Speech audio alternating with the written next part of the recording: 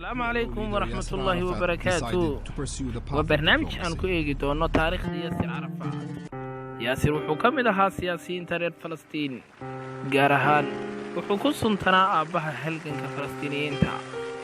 Yaasir wuxuu ka soo qayb qaatay qaybo badan oo ka mid ah siyaasadda dalka Falastiin.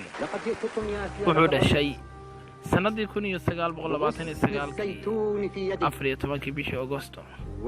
wuxuuna ku dhashay magaalada Qaahira ee dalka Masar. wuxuu ku barbaaray waxna ku bartay isla Qaahira.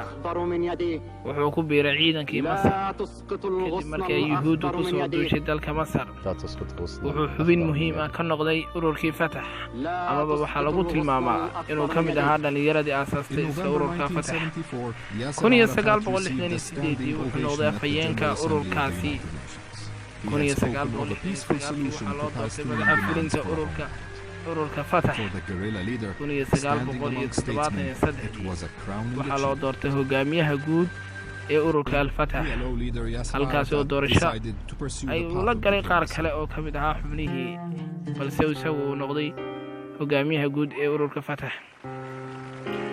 wuxuu noqday madaxweynaha Falastiin sanadii 1996.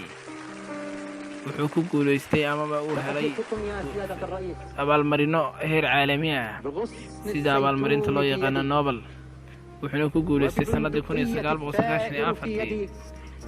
ugu dambeyntii wuxuu ku geeriyooday dalka Falastiin 11 bishii 11aad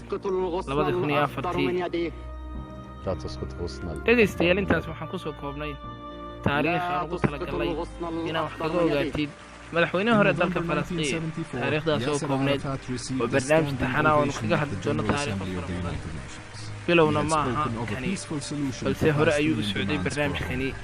السلام عليكم ورحمة الله وبركاته وبرنامج aan ku eegi doono taariikhda Yaasir Carafaad.